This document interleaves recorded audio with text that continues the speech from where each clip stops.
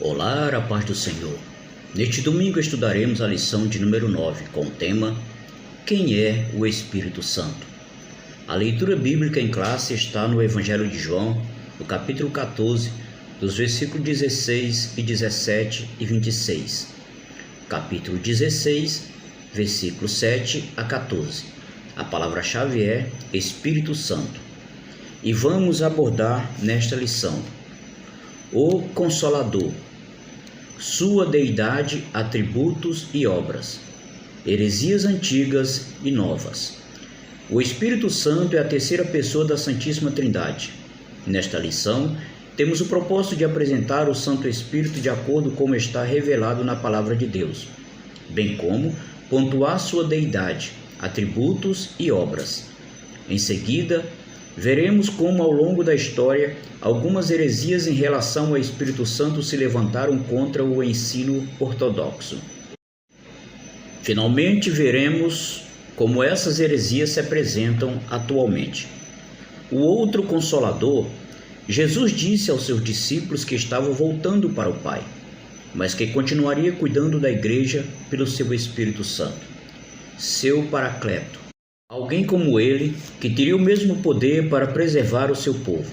A palavra outro, nesta passagem, é no grego allos, e significa outro, da mesma natureza, mesma espécie e mesma qualidade. Se o Espírito fosse uma força ativa, impessoal, conforme o ensino equivocado das testemunhas de Jeová, a palavra correta para o outro seria héteros, que significa outro do usual, diferente. O dicionário Vini afirma o termo allos expressa uma diferença numérica e denota outro do mesmo tipo. O termo héteros expressa uma diferença qualitativa e denota outro tipo diferente. Cristo prometeu enviar outro Consolador, allos, outro como ele, não héteros. O Paracleto, o termo se refere ao Espírito Santo, mas os dicionários da língua portuguesa afirmam que se trata de uma pessoa que defende e protege alguém. O termo grego Parakletos vem da preposição para, ao lado de, próximo, e do verbo kaleo, chamar, convocar, de modo que essa palavra significa defensor, advogado, intercessor, auxiliador, ajudador. Paracleto, então, é o Consolador. O Consolador é enviado pelo Pai em nome de Jesus para ensinar os discípulos e fazer lembrar de tudo o que o Filho ensinou e para testificar dele. O termo Paracleto aparece apenas 5 vezes no Novo Testamento, nos escritos joaninos, 4 vezes no Evangelho, referindo-se ao Espírito Santo. Além dele, o nome é aplicado ao Senhor Jesus e traduzido por advogado. O Espírito Santo é o nosso Consolador, o nosso auxiliador de todos os momentos da vida. Cremos, professamos e ensinamos que o Espírito Santo é a terceira pessoa da Santíssima Trindade, Deus igual ao Pai e ao Filho. Portanto, ide, ensinai a todas as nações, batizando-as em nome do Pai, e do Filho e do Espírito Santo. O Espírito Santo é da mesma substância, da mesma espécie, de mesmo poder e glória do Pai e do Filho, pois é chamado de outro Consolador. E eu rogarei ao Pai, e ele vos dará outro Consolador, para que fique convosco para sempre. O Espírito Santo não é uma parte da divindade, mas sim Deus em toda a sua plenitude. E por isso mesmo é incriado, autoexistente e absolutamente autônomo, o Espírito que provém de Deus. A divindade do Espírito Santo é revelada na Bíblia de maneira que os nomes Deus e Espírito Santo aparecem sempre de forma alternada, tanto no Antigo Testamento como no Novo. O Espírito é Javé, na vida de Sansão. O Espírito do Senhor possantemente se apossou dele. Seus atributos. A divindade do Espírito Santo é revelada na Bíblia também nos seus atributos divinos, como acontece com o Senhor Jesus Cristo.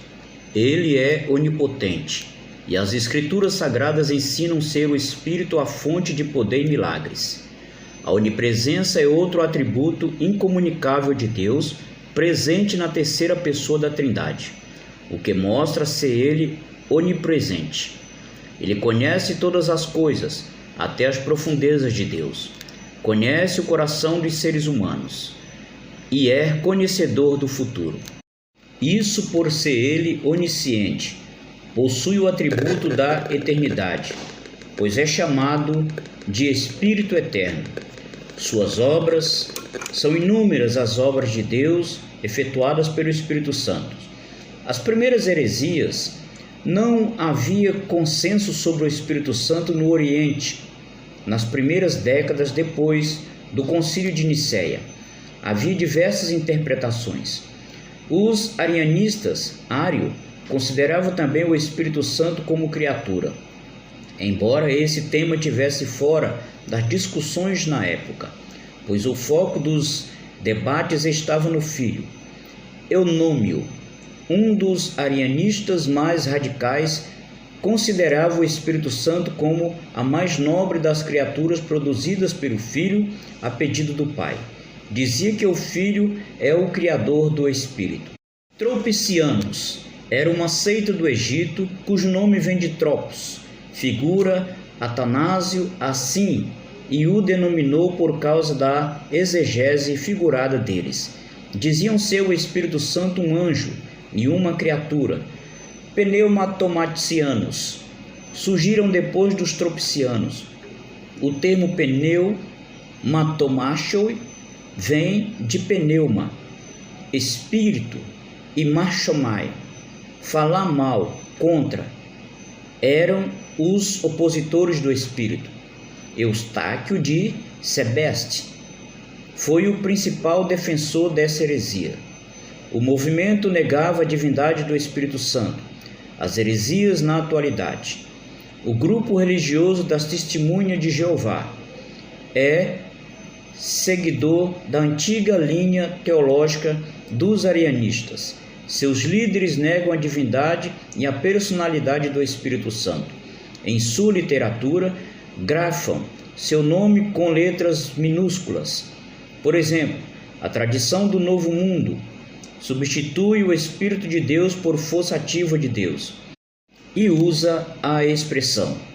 Vimos que a deidade e a personalidade do Espírito Santo estão presentes em toda a Bíblia de maneira abundante e tem sido crença da Igreja desde o princípio. Por isso, a relevância da defesa dessa doutrina.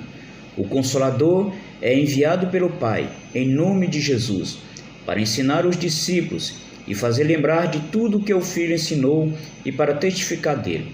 Não é possível uma força ativa e impessoal ser enviada em nome de alguém tendo tais atributos. Deus abençoe a todos, em nome do Senhor Jesus. Amém.